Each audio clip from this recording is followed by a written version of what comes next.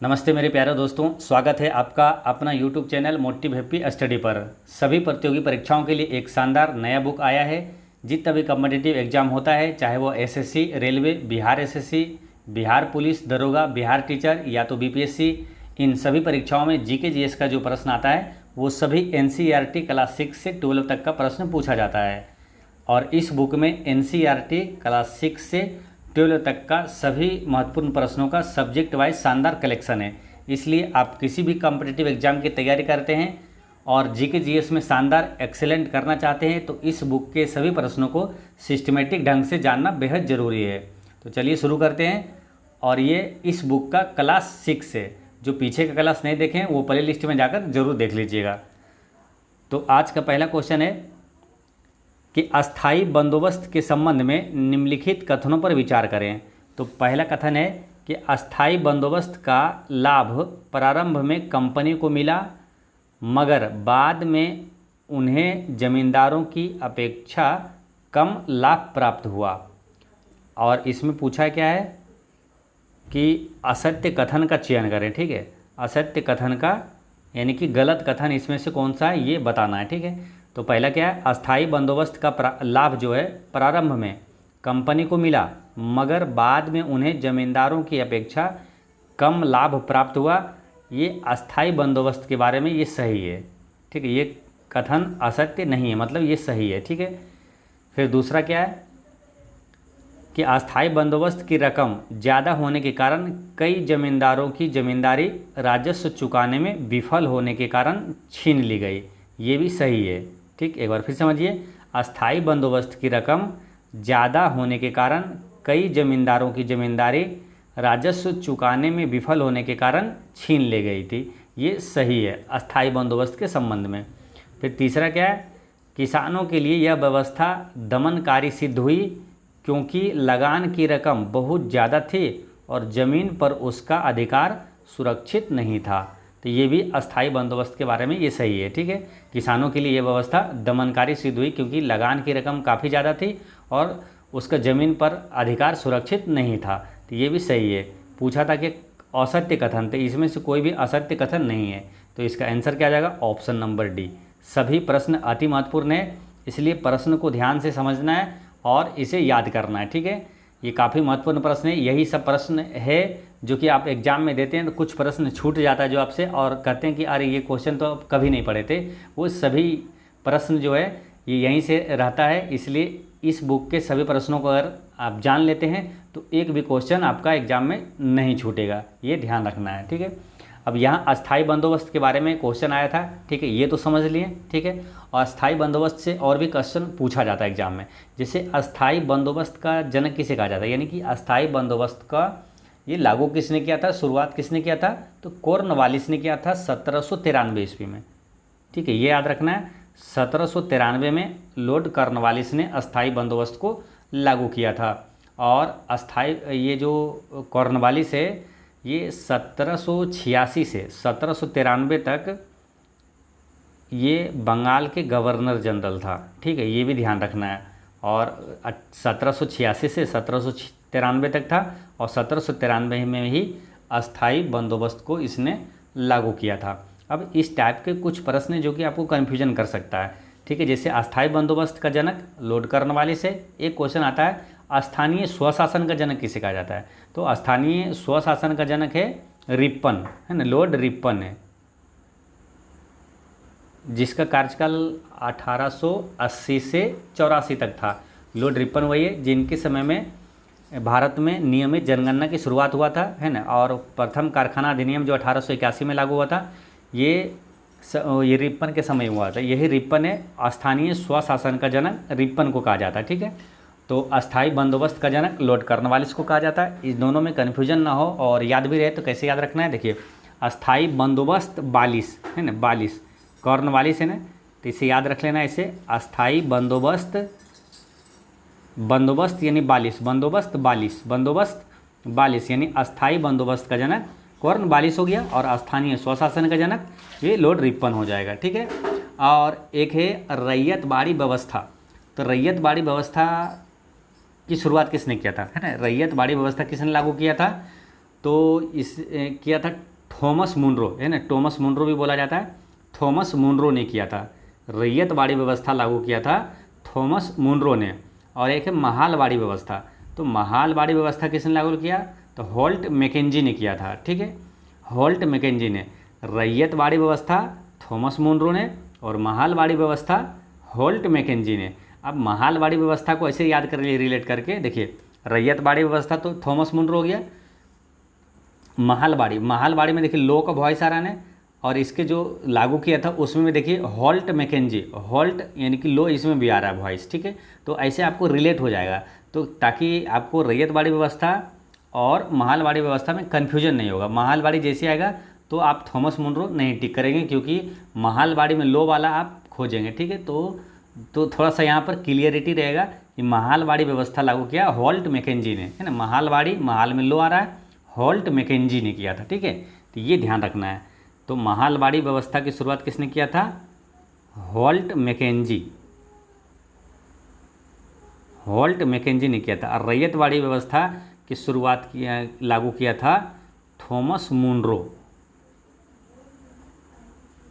Thomas Munro. Ryotwari व्यवस्था को Munro व्यवस्था भी कहा जाता है, क्योंकि इसको लागू किया था थॉमस मुनरो ने, रैयतवाड़ी व्यवस्था को। ठीक है, एक बार फिर समझिए चारों। ठीक है, देखिए अस्थाई बंदोबस्त का जनक लॉर्ड कॉर्नवालिस, अस्थाई बंदोबस्त का कॉर्नवालिस, स्थानीय स्वशासन लॉर्ड रिपन, रैयतवाड़ी व्यवस्था थॉमस मुनरो और महालवाड़ी व्यवस्था किसने लागू किया? होल्ट मैकेंजी ने लागू किया था। ये सभी अति महत्वपूर्ण प्रश्न हैं जो कि एग्जाम में अक्सर रिपीट होते रहता है और हमेशा पूछा जाता है। जब भी यहाँ से क्वेश्चन आएगा तो ये सब क्वेश्चन पूछा जाता है, तो आपको याद रखना है। नेक्स्ट क्वेश्चन है कि महालवाड़ी व्यवस्था लागू करते समय बंगाल का गवर्नर जनरल कौन था? तो महालवाड़ी व्यवस्था लागू करते समय, तो पहले ये जानना है कि महालवाड़ी व्यवस्था लागू कब हुआ था। तो ये लागू हुआ था 1822 में। ठीक है, 1822 में महालवाड़ी व्यवस्था 1822 ईस्वी में लागू हुआ था। और ये लागू किसके समय हुआ था ये पूछा जा रहा है, और इसको लागू किसने किया था ये तो मालूम है, महालवाड़ी होल्ट मैकेंजी, है ना। महालवाड़ी होल्ट मैकेंजी ने लागू किया था। ये पूछा कि ये लागू हुआ था 1822 में, उसमें बंगाल का गवर्नर जनरल कौन था? तो बंगाल का गवर्नर जनरल तो जो 1813 से 1823 तक था, लॉर्ड हेस्टिंग्स था, है ना। लॉर्ड हेस्टिंग्स का जो गवर्नर जनरल, बंगाल का गवर्नर जनरल 1813 से 23 तक था, वो था लॉर्ड हेस्टिंग्स। यानी कि लॉर्ड हेस्टिंग्स के समय ही 1822 में ये लागू हुआ था महालवाड़ी व्यवस्था। ठीक है, याद रखना है। यहाँ पर 2-3 क्वेश्चन बन जाता है, तो ये ध्यान रखना है। जैसे महालवाड़ी व्यवस्था लागू किसने किया? तो होल्ट मैकेंजी ने। किसके समय लागू हुआ? तो लॉर्ड हेस्टिंग्स के समय लागू हुआ था। कब? 1822 ईस्वी में लागू हुआ था, क्योंकि लॉर्ड हेस्टिंग्स का ही काल था 1813 से 23 ईस्वी तक। ठीक है, तो ये ध्यान रखना है। ठीक है, और अस्थाई बंदोबस्त कॉर्नवालिस, स्थानीय स्वशासन रिपन, रैयतवाड़ी थॉमस मुनरो और महालवाड़ी व्यवस्था होल्ट मैकेंजी ने किया था। नेक्स्ट है कि महालवाड़ी व्यवस्था के संबंध में निम्नलिखित कथनों पर विचार करें।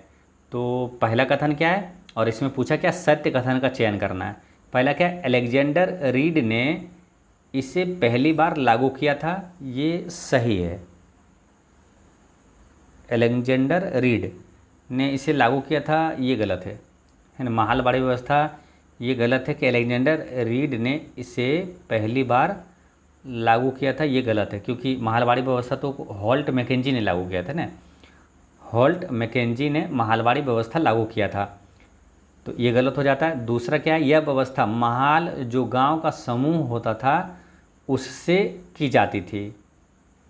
ठीक है, यह व्यवस्था महाल जो गांव का समूह होता था उससे ये किया जाता था, तो ये सही है। ठीक है, महालवाड़ी व्यवस्था के बारे में ये सही है। तीसरा क्या है? भू राजस्व की रकम निश्चित रूप से तय कर दी जाती थी, जिसको चुकता करने की जिम्मेदारी सामूहिक रूप से महाल की होती थी। तो ये गलत है, क्योंकि ये जो भू राजस्व की रकम है ये निश्चित रूप से तय नहीं की जाती थी, है। यहाँ लिखा क्या? निश्चित रूप से तय की जाती थी, लेकिन ये निश्चित रूप से तय नहीं की जाती थी, तो ये भी गलत है। यानी कि इसका 2 केवल सही है। इसका आंसर हो जाएगा ऑप्शन नंबर ए। यानी केवल 2 सही है कि यह व्यवस्था महाल जो गांव का समूह होता था वहाँ पर यह व्यवस्था लागू किया जाता था। ठीक है, तो ये सही है। ठीक है, केवल 2 सही है। ठीक है, तो ये ध्यान रखना है। तो महालवाड़ी व्यवस्था सबसे पहले लागू किसने किया था? होल्ट मैकेंजी ने 1822 ईस्वी में किया था। नेक्स्ट है क्वेश्चन नंबर 29 है।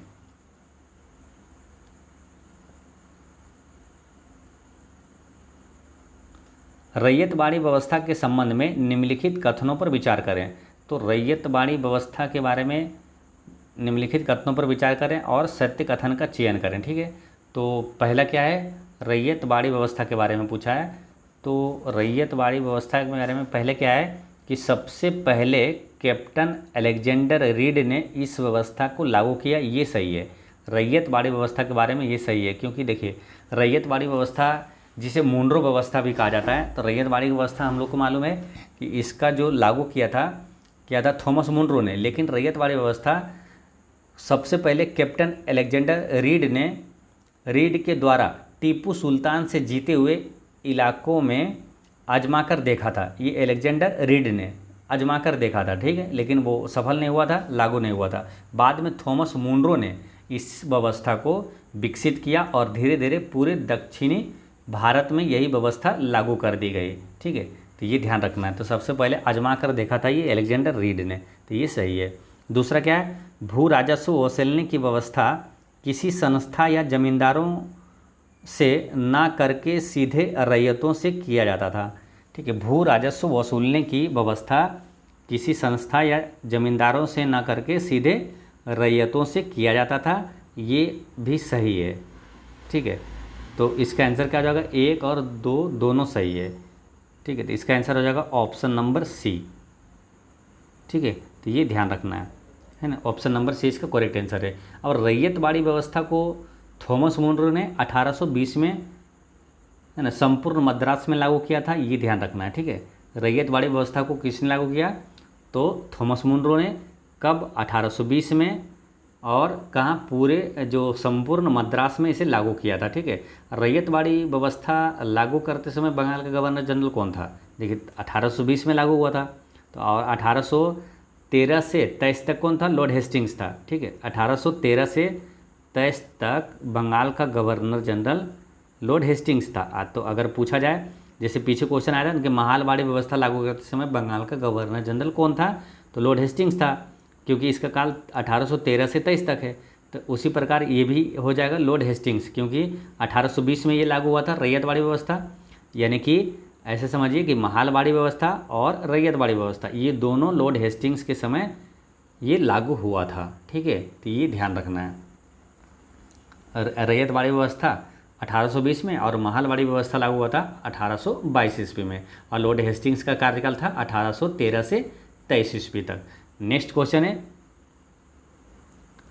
बंगाल में नील विद्रोह किस वर्ष हुआ था? देखिए क्वेश्चन को अच्छे से समझना, सिस्टमेटिक ढंग से पढ़ना ये महत्वपूर्ण होता है, और आपको याद रहे ये महत्वपूर्ण होता है। ठीक है, ये नहीं होता है कि आप अधिक से अधिक खूब क्वेश्चन लगा लें, ये महत्वपूर्ण नहीं होता। महत्वपूर्ण ये है कि आप कितना जानते हैं, कितना मतलब समझें। ठीक है, तो क्वेश्चन की संख्या जैसे कि मेरे वीडियो में कम ही रहता है, लेकिन आप 25 अगर क्वेश्चन है, 25 क्वेश्चन में आपको आप अगर महसूस करते होंगे तो 25 में 25 गुना 4 कर दिए 100 क्वेश्चन हम बता देते हैं। ठीक है, उससे ज़्यादा भी बता देते हैं, और समझना भी ज़रूरी होता है। ठीक है, तो इसलिए क्वेश्चन को कम लेकर के और उससे डिटेल में जानना, यही पढ़ने का सबसे शानदार तरीका होता है कि जो भी क्वेश्चन आपके सामने आए उससे रिलेटेड जितना भी महत्वपूर्ण प्रश्न है वो सबको एक साथ रिविजन करना चाहिए। ठीक है, यानी कि क्वेश्चन आप पढ़ते जाएँ, ये महत्वपूर्ण नहीं होता। देखिए क्या है कि पढ़ना और लिखना ज्ञान की सामग्री को जुटाना है, सोचना और विचारना ही उसे स्मरणीय बनाता है।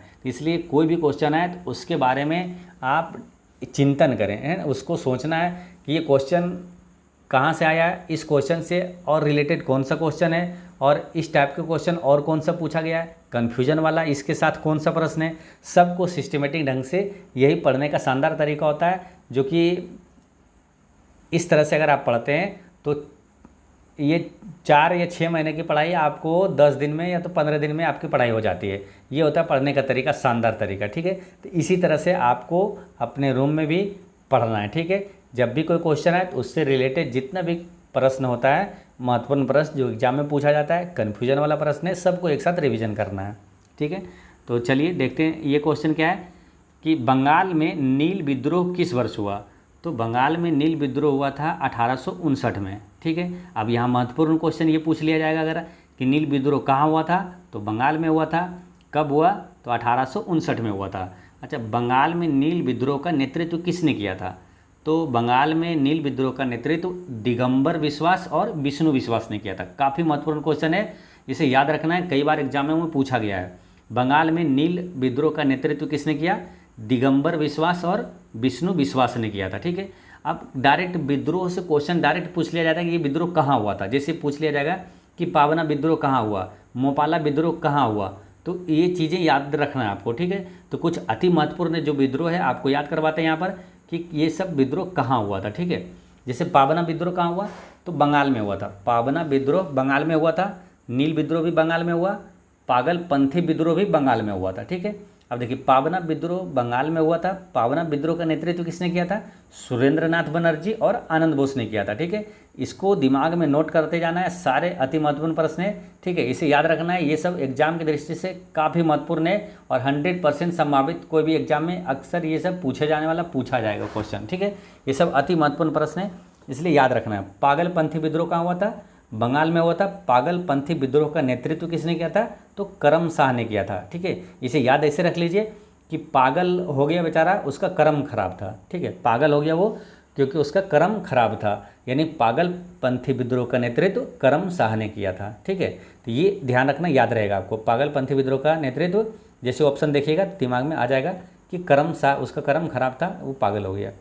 ठीक है, संथाल विद्रोह कहाँ हुआ था, झारखंड में हुआ था। संथाल विद्रोह का नेतृत्व किसने किया था, सिंधु और कान्हू ने किया था। ठीक है, तो ये ध्यान रखना है। और मोपाला विद्रोह कहाँ हुआ, तो मोपला विद्रोह केरल में हुआ था। अहोम विद्रोह कहाँ हुआ, असम में हुआ था। और कुका आंदोलन या तो कुका विद्रोह कहाँ हुआ, पंजाब में हुआ था। ठीक है, एक बार फिर समझिए, देखिए पावना विद्रोह बंगाल में, पागलपंथी विद्रोह बंगाल में, नील आंदोलन भी, नील विद्रोह जो हुआ था वो भी बंगाल में, संथाल विद्रोह झारखंड में, मोपला विद्रोह केरल में, अहोम विद्रोह असम में और कुका विद्रोह हुआ था पंजाब में। तो ये सारे इम्पोर्टेंट चीज़ें याद रखना है। ठीक है, नेक्स्ट क्वेश्चन है आपका कि निम्न में से कौन सा आदिवासी समूह पशुपालक नहीं थे। पशुपालक नहीं थे यानी कि पशु का पालन नहीं करते थे। पशु में जैसे गाय बकरी ये सब का पालन वो नहीं करता था। तो इसमें से वो समुदाय है कौन सा मालूम, ये है बैगा समुदाय। बैगा समुदाय ये पशुपालक नहीं थे। ठीक है, बैगा समुदाय जो है ये शिकार करता था सिर्फ। ठीक है, बैगा समुदाय ये पशु पालता था नहीं, बल्कि ये शिकारी था, शिकार करता था। ठीक है, ये ध्यान रखना है। ये लावाड़िया जो है ये आदिवासी समुदाय है, ये आंध्र प्रदेश में रहने वाला है। और ये जो है ये समुदाय जो है लावाड़िया समुदाय, ये गाय भैंस का झुंड पालता था, ये पशुपालक था। ठीक है, और ये वन गुर्जर भी, ये भी पशुपालक था, ये भी गाय भैंस के झुंड पालता था। और ये वन गुर्जर जो है ये पंजाब का समुदाय था, है ना। तो लावाड़िया कहाँ का, आंध्र प्रदेश का, और वन गुर्जर ये पंजाब का, ये दोनों समुदाय गाय भैंस के झुंड पालता था। और रही बात गद्दी के, तो ये कुल्लू के गद्दी समुदाय के लोग बकरी पालते थे। ठीक है, कुल्लू समुदाय के लोग ये बकरी पालते थे। तो ये बैगा जो है ये पशुपालक नहीं था, ये क्या शिकार करता था। और बैगा जनजाति जो है ये मध्य भारत में रहता था। ठीक है, मध्य भारत में ये लोग बैगा जनजाति रहता था। अच्छा, बैगा जैसे ये क्वेश्चन और आता है कौन सा मालूम, कन्फ्यूजन वाला, अगर कैगा पूछ जाता है, कैगा, कैगा परमाणु संयंत्र किस राज्य में है, तो कैगा परमाणु संयंत्र कहाँ है, कर्नाटक में है। ठीक है, ये याद रखना है। नेक्स्ट है कि औपनिवेशिक शासन से आदिवासी के जीवन पर निम्नलिखित असर पड़े। तो कौन क्या असर पड़ा था ये पूछा है, और दो कथन दिया हुआ, इसमें पूछा सत्य कथन का चयन करें।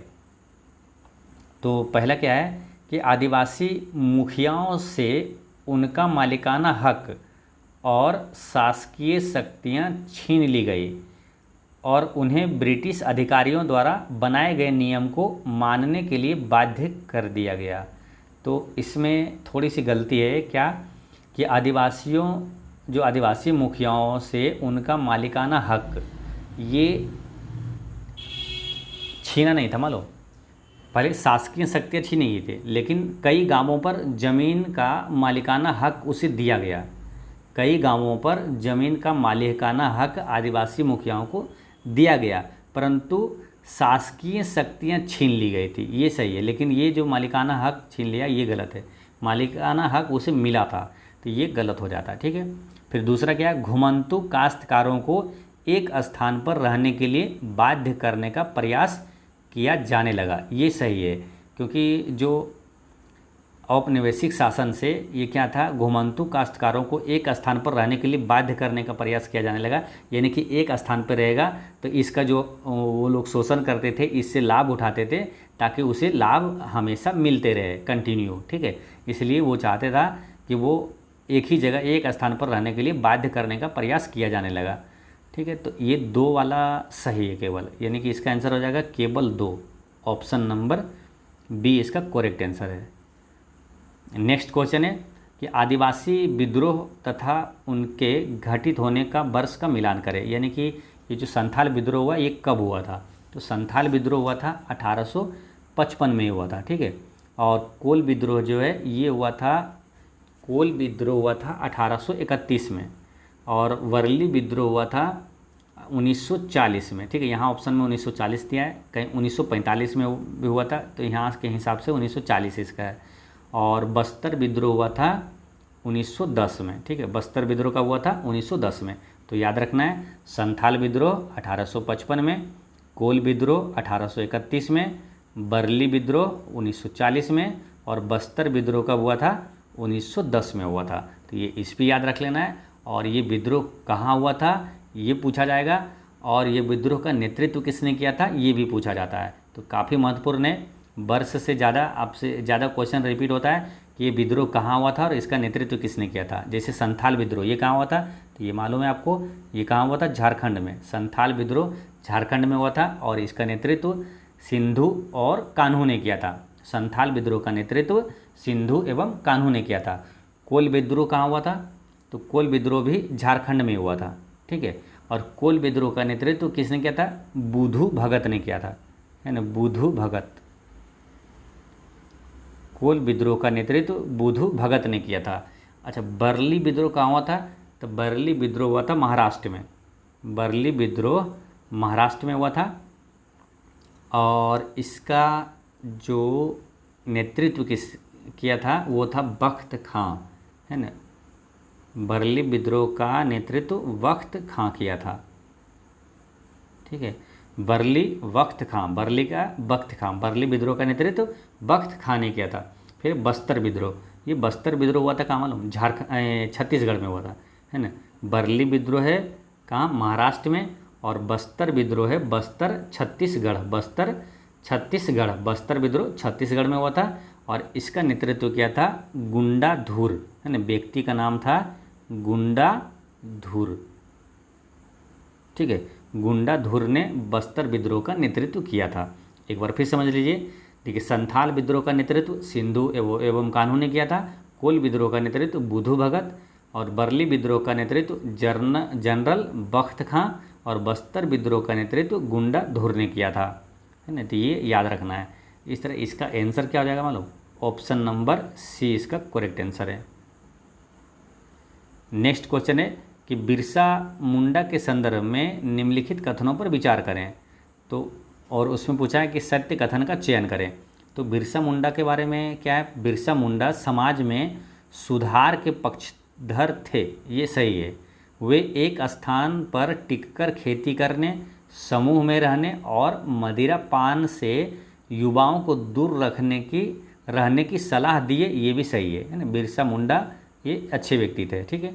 तो उनको समाज के सुधार के पक्षधर थे, और एक स्थान पर टिककर खेती करना और समूह में रहने और मदिरा पान से युवाओं को दूर रहने की सलाह दिया था।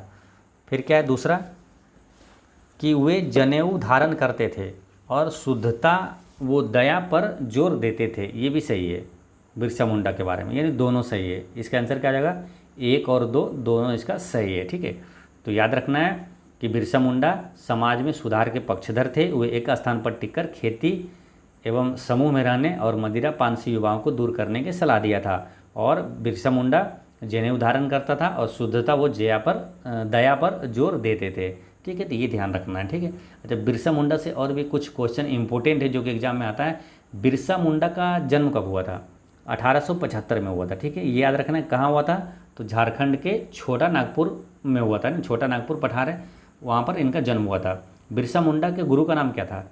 आनंद पांडे था। काफ़ी इंपॉर्टेंट क्वेश्चन है, बीपीएससी में भी क्वेश्चन पूछा गया है ना। बिरसा मुंडा के गुरु का नाम क्या था? आनंद पांडे। बिरसा मुंडा के गुरु का नाम था आनंद पांडे। और मुंडा विद्रोह का नेतृत्व किसने किया था? तो बिरसा मुंडा ने ही किया था। ठीक है, तो ये याद रखना है। नेक्स्ट है क्वेश्चन नंबर है 35।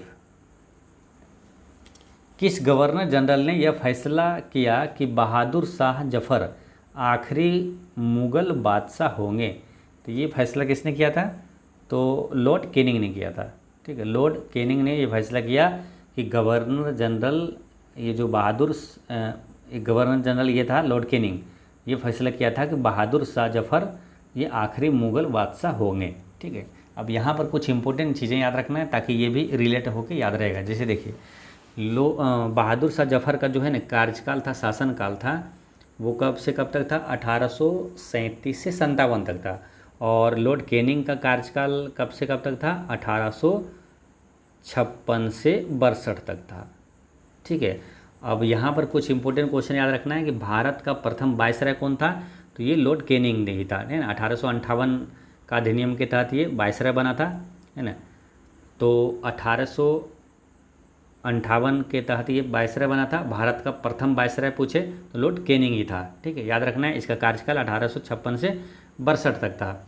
अंतिम मुगल सम्राट कौन था? तो अंतिम मुगल सम्राट था यही, है ना, आखिरी मुगल से बादशाह जो होंगे ये बहादुर शाह जफर या तो बहादुर शाह द्वितीय भी इसे कहा जाता है। ठीक है, काफ़ी इंपॉर्टेंट क्वेश्चन है, कई बार एग्जामों में आया है कि अंतिम मुगल सम्राट कौन था? तो बहादुर शाह जफर है, ये याद रखना है। ठीक है, अच्छा, अगर एक क्वेश्चन पूछा जाए कि 1857 की क्रांति के समय भारत का गवर्नर जनरल कौन था?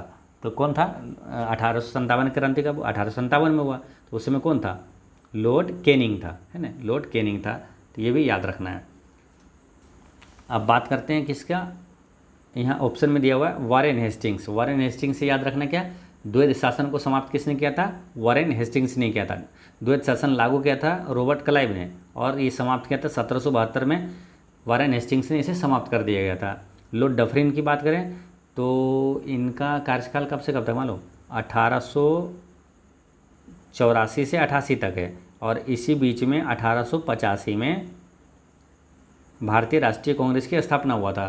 तो ये क्वेश्चन पूछा जाता है, भारतीय राष्ट्रीय कांग्रेस की स्थापना किस वायसराय के समय हुआ था? तो लॉर्ड डफरिन के समय हुआ था। ठीक है, तो ये याद रखना है।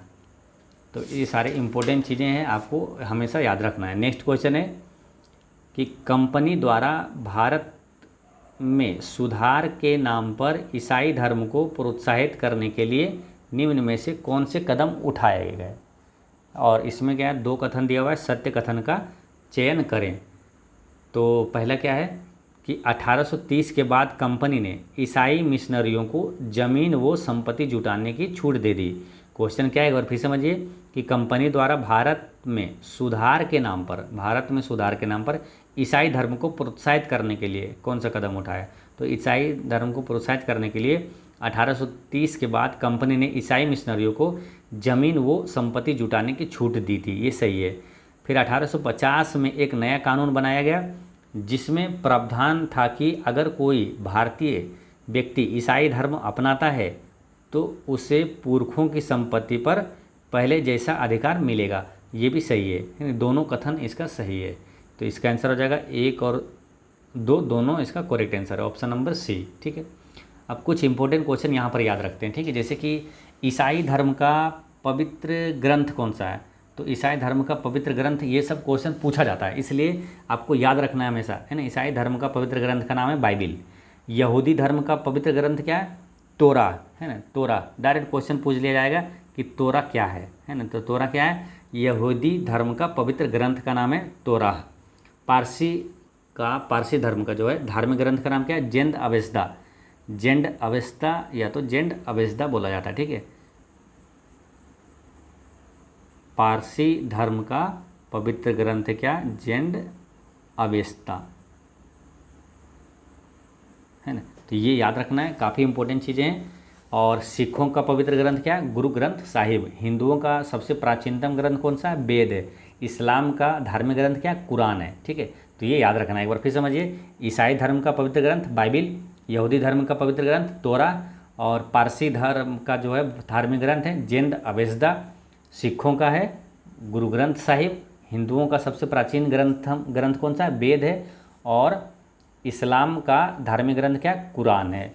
नेक्स्ट क्वेश्चन है, मंगल पांडे को किस दिन फांसी दी गई थी? तो मंगल पांडे को फांसी दिया गया था 8 अप्रैल 1857 को। ठीक है, मंगल पांडे को 8 अप्रैल 1857 को फांसी दे दिया गया था। ठीक है, देखिए मंगल पांडे बैरकपुर छावनी में बंगाल नेटिव इन्फेंट्री की 34वीं रेजिमेंट में सिपाही थे ये। ठीक है, बैरकपुर छावनी, बैरकपुर कहाँ? बंगाल में। बैरकपुर छावनी में बंगाल नेटिव इन्फेंट्री की 34वीं रेजिमेंट के, है ना, 34वीं रेजिमेंट के ये सिपाही थे। ये भी क्वेश्चन पूछा जाता है कि किस रेजिमेंट के ये सिपाही थे मंगल पांडे। ठीक है, और मंगल पांडे से कई इंपॉर्टेंट क्वेश्चन पूछा जाता है, तो याद रखना है। जैसे 1857 की क्रांति में पहली गोली किसने चलाई थी? तो मंगल पांडे ने ही चलाया था। ठीक है, और याद रखना है क्या कि 1857 की क्रांति में शहीद होने वाला प्रथम सेनानी कौन था? तो ये मंगल पांडे ही था। ठीक है, अच्छा, ये पहली गोली तो चलाई थी, लेकिन ये किसे मारा था? तो मंगल पांडे ने 29 मार्च 1857 को कोलकाता में 2 ब्रिटिश अधिकारी ह्यूसन और बाऊ को मारा था, है ना। किसे मारा था अगर पूछे तो याद रखना है, ह्यूसन और बाऊ, ये दोनों अंग्रेज को मारा था गोली और मार दिया था। ठीक है, मंगल पांडे ने, तो ये याद रखना है। अच्छा, 1857 की क्रांति जो बैरकपुर छावनी से ये शुरू कब हुआ? तो बैरकपुर छावनी से ये विद्रोह शुरू हुआ था 29 मार्च 1857 को।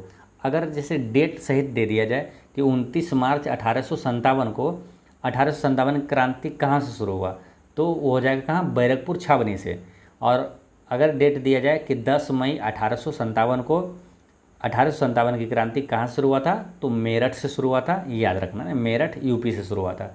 ठीक है, तो 1857 की क्रांति तो मेरठ से ही मेन शुरू हुआ था। ठीक है, ये ध्यान रखना है। लेकिन अगर डेट दे दिया जाए 29 मार्च, तो फिर बैरकपुर छावनी से, क्योंकि 1857 का जो विद्रोह पहला हुआ था बैरकपुर छावनी में ही मंगल पांडे ने ही किया था।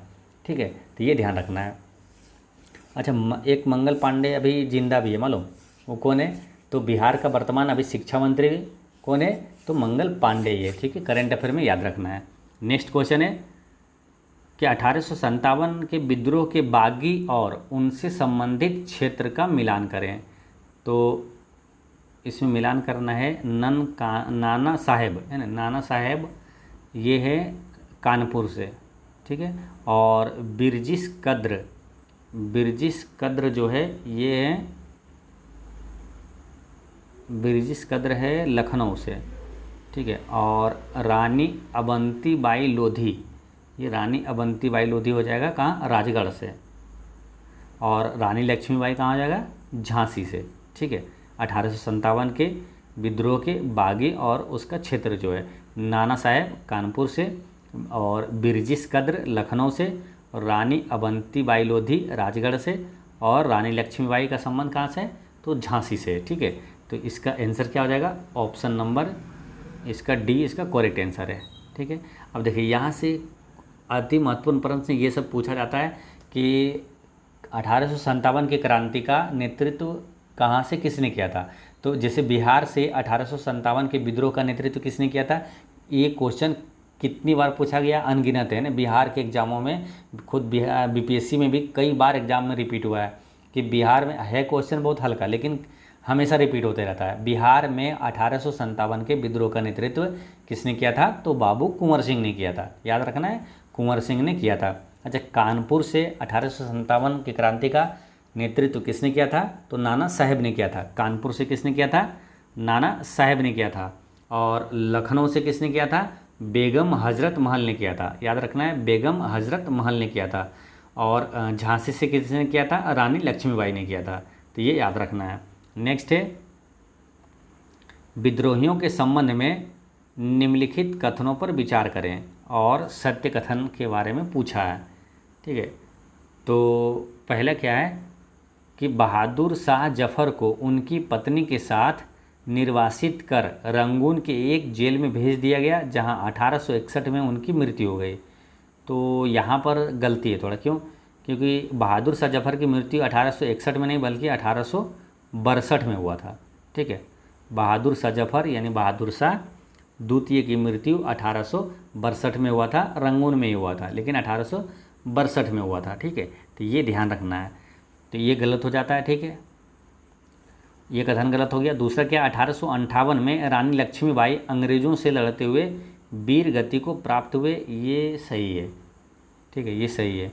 1858 में रानी लक्ष्मीबाई अंग्रेज़ों से लड़ते हुए वीरगति को प्राप्त हुई थी। तात्या टोपे मध्य भारत के जंगलों में रहते हुए आदिवासियों और किसानों की सहायता से छापामार युद्ध करते रहे, ये भी सही है। तो यानी कि 2 और 3 इसका सही है। इसका आंसर क्या हो जाएगा? ऑप्शन नंबर बी, 2 और 3 इसका सही है। ठीक है, अच्छा अगर पूछ लिया जाए कि अंतिम मुग़ल बादशाह कौन था, तो ये था यही बहादुर शाह जफ़र या तो बहादुर शाह द्वितीय। और बहादुर शाह जफ़र का शासनकाल कब से कब तक था? 1837 से 57 तक था। ठीक है, तो ये याद रखना है। नेक्स्ट है क्वेश्चन नंबर है 40।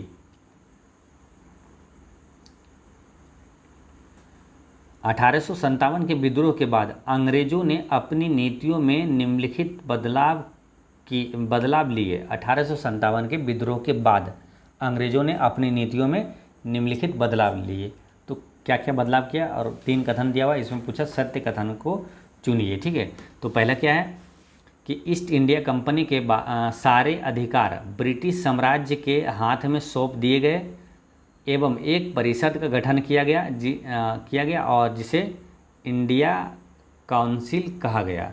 ठीक है, तो ये सही है ना। 1857 क्रांति के बाद अंग्रेज़ों ने अपनी नीतियों में बदलाव किया था कि ईस्ट इंडिया कंपनी के सारे अधिकार ब्रिटिश साम्राज्य के हाथ में सौंप दिया और एक परिषद का गठन किया गया जिसे इंडिया काउंसिल कहा गया। तो ये कथन सही है ना, ये कथन सही है। क्योंकि देखिए 1858 में ना ब्रिटिश संसद ने 1858 में नया कानून पारित किया और ईस्ट इंडिया कंपनी के सारे अधिकार ब्रिटिश साम्राज्य के हाथों में सौंप दिया था। फिर दूसरा क्या है, डलहौजी के व्यपगत के सिद्धांत को त्याग दिया गया और स्थानीय शासकों को दत्तक पुत्रों को सत्ता सौंपने की छूट दी गई, ये भी सही है। ठीक है, एक बार फिर समझिए, डलहौजी के व्यपगत के सिद्धांत को त्याग दिया गया और स्थानीय शासकों को दत्तक पुत्रों को सत्ता सौंपने की छूट दी गई, ये सही है। फिर क्या, अंग्रेज़ों ने भारतीय लोगों के धर्म और सामाजिक रीति रिवाज का सम्मान करने का फैसला लिया, है ना, ये भी सही है। अंग्रेज़ों ने भारतीय लोगों के धर्म और सामाजिक रीति रिवाज का सम्मान करने का फैसला किया, तो ये भी सही है। 1857 के विद्रोह के बाद ये सब फैसला लिया गया। तो ये क्या, तीनों सही है इसका। तो ऑप्शन नंबर क्या हो जाएगा? ऑप्शन नंबर डी हो जाएगा इसका करेक्ट आंसर। 1, 2 और 3 तीनों सही है। नेक्स्ट है कि एशियाटिक सोसाइटी ऑफ बंगाल की स्थापना किसने किया था? तो एशियाटिक सोसाइटी ऑफ बंगाल की स्थापना विलियम जोन्स ने किया था, है ना। विलियम जोन्स ने एशियाटिक सोसाइटी ऑफ बंगाल की स्थापना किया था। अच्छा, वारेन हेस्टिंग्स क्या है? वारेन हेस्टिंग्स ये द्वैध शासन को समाप्त किया था 1772 में। और रही बात किसकी, थॉमस मुनरो ने, तो रैयतवाड़ी व्यवस्था लागू किया था थॉमस मुनरो ने 1820 में। ठीक है, और अच्छा इस टाइप के क्वेश्चन कन्फ्यूजन वाला जैसे एशियाटिक सोसाइटी है, इसी तरह का आता है सत्य शोधक समाज की स्थापना किसने किया था? तो ज्योतिबा फूले ने किया था। और ये भी याद रखना है, जैसे 4 गो यहाँ पर इंपॉर्टेंट रिवीजन करना है आपको। एशियाटिक सोसाइटी हो गया विलियम जोन्स, सत्य शोधक समाज की स्थापना ज्योतिबा फूले, आर्य समाज की स्थापना किसने किया था? दयानंद सरस्वती ने किया था। और ब्राह्मण समाज की स्थापना किसने किया? तो राजा राम मोहन राय ने। और प्रार्थना समाज के संस्थापक कौन था? आत्मारंग पांडुरंग, है ना। तो ये सारे इंपॉर्टेंट क्वेश्चन है, आपको याद रखना है। नेक्स्ट है कि बनारस में हिंदू कॉलेज की स्थापना किस गवर्नर जनरल के शासनकाल में हुई थी? तो बनारस में हिंदू कॉलेज की स्थापना 1791 में हुआ था और उस समय कौन था? लॉर्ड कॉर्नवालिस था, है ना। लॉर्ड कॉर्नवालिस का कार्यकाल कब से कब तक था? 1786 से 93 था, है ना, 1786 से 93 था। और 1791 में बनारस में हिंदू कॉलेज की स्थापना हुआ था, ठीक है। तो किसके समय हुआ था ये पूछा जा रहा है, तो कॉर्नवालिस के समय हुआ था, ठीक है। देखिए, प्राचीन संस्कृत ग्रंथों के अध्ययन को प्रोत्साहित करने के लिए, है ना, ध्यान रखना है, प्राचीन संस्कृत ग्रंथों के अध्ययन को, संस्कृत ग्रंथों के अध्ययन को प्रोत्साहित करने के लिए 1791 में हिंदू कॉलेज की स्थापना की गई थी। और कब? 1791 में। और लॉर्ड कॉर्नवालिस का कार्यकाल था 1786 से 93। ये बंगाल के गवर्नर जनरल था। अच्छा, बनारस हिंदू विश्वविद्यालय की स्थापना किसने किया था? तो बनारस हिंदू विश्वविद्यालय की स्थापना मदन मोहन मालवीय ने 1916 में किया था, ठीक है। मदन मोहन मालवीय ने 1916 में बनारस हिंदू विश्वविद्यालय की स्थापना किया था, ठीक है। ये ध्यान रखना है। वारेन हेस्टिंग्स ये क्या है? द्वैध शासन को समाप्त किया था 1772 में।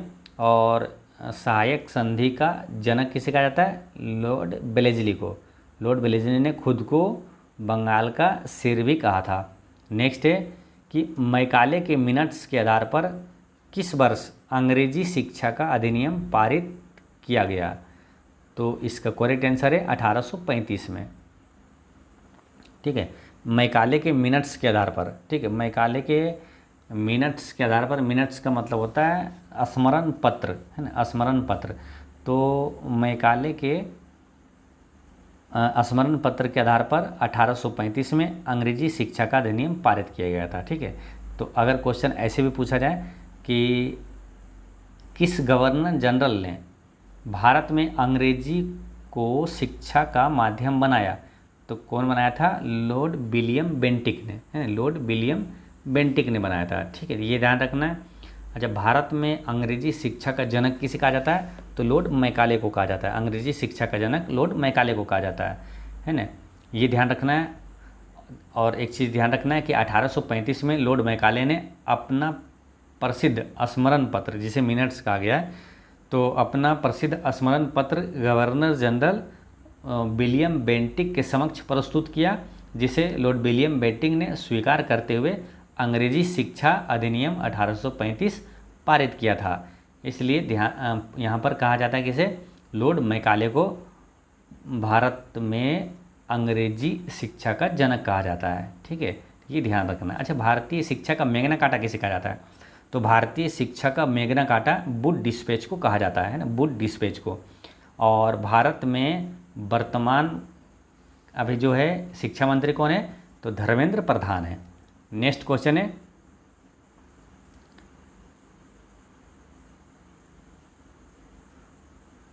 अठारह के वुड्स डिस्पैच के संबंध में निम्नलिखित कथनों पर विचार करें। वुड डिस्पैच के बारे में पूछा है, निम्नलिखित कथनों पर विचार करें, सत्य कथन इसमें से कौन सा है? तो पहला क्या है? वुड के नीति पत्र में यूरोपीय शिक्षा से भारतीयों के नैतिक चरित्र उत्थान का तर्क दिया गया है। ये सही है। वुड के नीति पत्र में यूरोपीय शिक्षा से भारतीयों के नैतिक चरित्र उत्थान का तर्क दिया गया है। और वुड के नीति पत्र के आधार पर 1854 में सरकारी विभाग का गठन किया गया, ताकि शिक्षा संबंधी सभी मामलों पर सरकार का नियंत्रण किया जा सके। ये भी सही है। फिर क्या? इस दस्तावेज में अंग्रेजी शिक्षा का एक व्यवहारिक लाभ आर्थिक क्षेत्र में भी बताया गया है ना। वुड डिस्पैच का जो है, इसमें अंग्रेजी शिक्षा का एक व्यवहारिक लाभ आर्थिक क्षेत्र में भी बताया गया है। ये तीनों इसका सही है। तो इसका करेक्ट आंसर क्या आ जाएगा? ऑप्शन नंबर डी, 1, 2, 3 इसका सही है, ठीक है। अच्छा, बात करते हैं क्या वुड डिस्पैच की बात आई है, तो भारतीय है ना शिक्षा का मैग्ना कार्टा किसे कहा जाता है? वुड डिस्पैच को कहा जाता है। और शिक्षा का अधिकार किस अनुच्छेद में है? तो शिक्षा का अधिकार है अनुच्छेद 21 के ए में है, ठीक है। देखिए, 86वां संविधान संशोधन अधिनियम 2002 के तहत अनुच्छेद 21 ए है ना, 21 ए ये संविधान में जोड़ा गया था, ठीक है। ये ध्यान रखना है। और 6 से 14 वर्ष तक के आयु के सभी बच्चों को निःशुल्क और अनिवार्य शिक्षा का प्रावधान मौलिक अधिकार के अंतर्गत किया गया है। तो ये भी याद रखना है। क्वेश्चन ऐसे भी पूछ लिया जाता है कि शिक्षा के अधिकार के अधिनियम के तहत कितने वर्ष तक के बच्चों को निःशुल्क एवं अनिवार्य शिक्षा का प्रावधान है? तो 6 से 14 वर्ष तक के बच्चों को निःशुल्क एवं अनिवार्य शिक्षा का प्रावधान है। ठीक है। अच्छा, एक क्वेश्चन अगर ये पूछा जाता है कि शिक्षा का अधिकार अधिनियम कब लागू हुआ, तो शिक्षा का अधिकार अधिनियम 2010 में लागू हुआ था। नेक्स्ट है कि महात्मा गांधी के शिक्षा संबंधी विचारों के संबंध में निम्नलिखित कथनों पर विचार करें। तो पहला कथन क्या है, महात्मा गांधी अंग्रेजी शिक्षा के खिलाफ थे, ये सही है। उनके मुताबिक अंग्रेजी शिक्षा भारतीयों को अपाहिज बना देगी और उन्हें अपने सामाजिक परिवेश से काट देगी, ये भी सही है ना। उनका मानना था कि जैसे कि अंग्रेजी शिक्षा क्या करता है, पश्चिमी जो सभ्यता है उसको लाता है और भारत को जो संस्कृति है उसे लोग भूलते जाएंगे, तो ये भी सही है इनका। फिर उनके अनुसार यानी गांधी जी के अनुसार पढ़ने और लिखने की क्षमता पाल लेना ही शिक्षा नहीं है, ये भी गांधी जी का ये सही है। तो इसका आंसर क्या हो जाएगा, 1, 2 और 3 इसका सही कथन है। ठीक है, ऑप्शन नंबर डी इसका करेक्ट आंसर है। नेक्स्ट क्वेश्चन आएगा 46। टैगोर की शिक्षा संबंधी विचारों के संबंध में कौन सा कथन सत्य है। ठीक है, कौन सा कथन पूछा है, सत्य कथन का चयन कीजिए। टैगोर के शिक्षा संबंधी विचारों के संबंध में कौन से कथन सत्य है। तो पहला क्या है, टैगोर अंग्रेजी शिक्षा पद्धति से खुश नहीं थे, ये सही है। गांधी जैसा ही यानी अंग्रेजी शिक्षा के खिलाफ थे और उनके अनुसार सृजनात्मक शिक्षा केवल प्राकृतिक परिवेश में ही प्रोत्साहित किया जा सकता है ना। तो क्या है कि टैगोर के अनुसार सृजनात्मक शिक्षा केवल प्राकृतिक परिवेश में ही प्रोत्साहित किया जा सकता है, ये भी सही है। फिर टैगोर आधुनिक पश्चिमी सभ्यता और भारतीय परंपरा के श्रेष्ठ तत्वों का सम्मिश्रण चाहते थे, ये भी सही है। इसका आंसर क्या हो जाएगा, ऑप्शन नंबर डी, 1, 2 और 3 ये सभी सही है। नेक्स्ट क्वेश्चन है, सती शब्द का क्या अर्थ होता है। तो सती का मतलब होता है, सती का अर्थ क्या होता है, सदाचारी महिला है ना, सदाचारी महिला सती का अर्थ होता है। ठीक है, देखिए सती से क्वेश्चन आता है, जैसे किस गवर्नर जनरल ने भारत में सती प्रथा को समाप्त किया था, तो लॉर्ड विलियम बेंटिक ने किया था। 1829 में सती प्रथा को समाप्त किया था। सती प्रथा का मतलब क्या होता था, सदाचारी महिला का मतलब क्या होता था, पहले ये नियम होता था जैसे उनका पति का डेथ हो गया तो उनके साथ ये जिंदा है ना, ये जिंदा इनको भी जला दिया जाता था साथ में।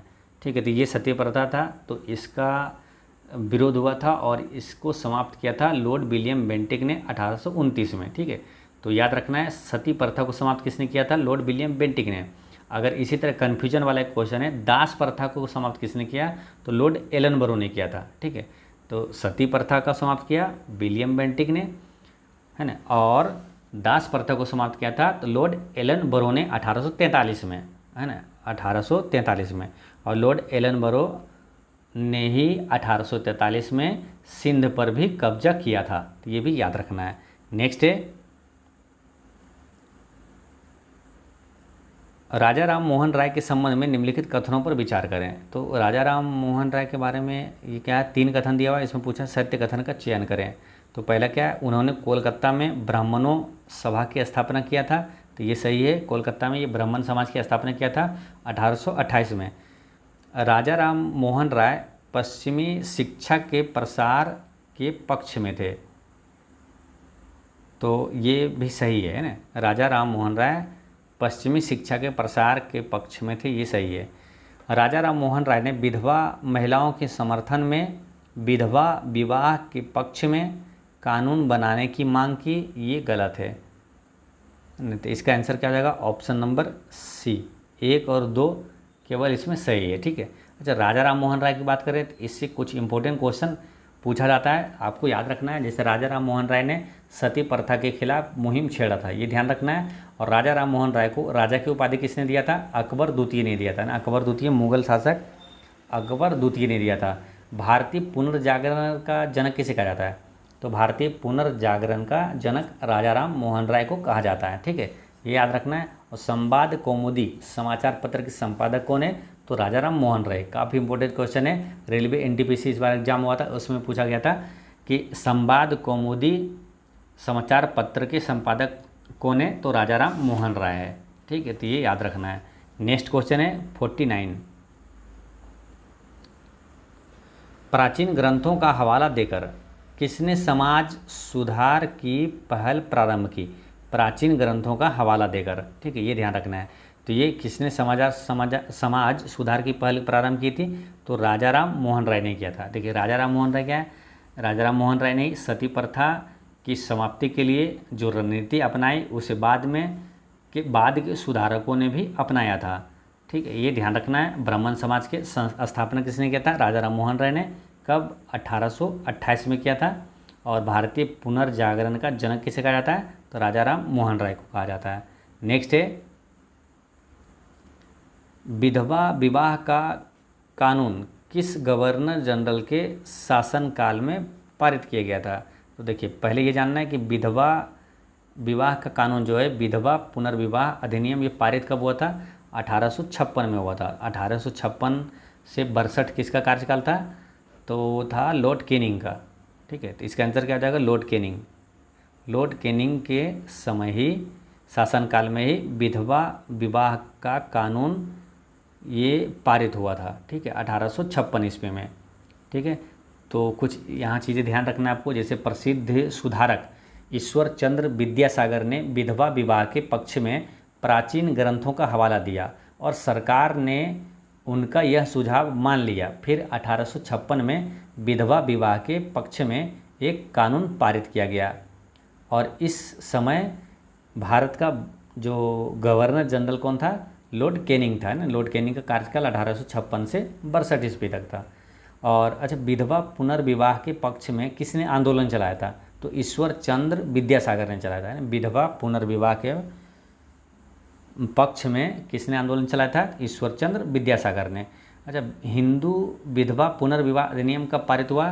तो 1856 में हुआ था। ये याद रखना है। ठीक है, तो ये सारे चीज़ें आपको याद रखना है। तो दोस्तों मिलते हैं नेक्स्ट वीडियो में आगे के महत्वपूर्ण प्रश्नों के साथ। पढ़ते रहें, मुस्कुराते रहें। जय हिंद दोस्तों।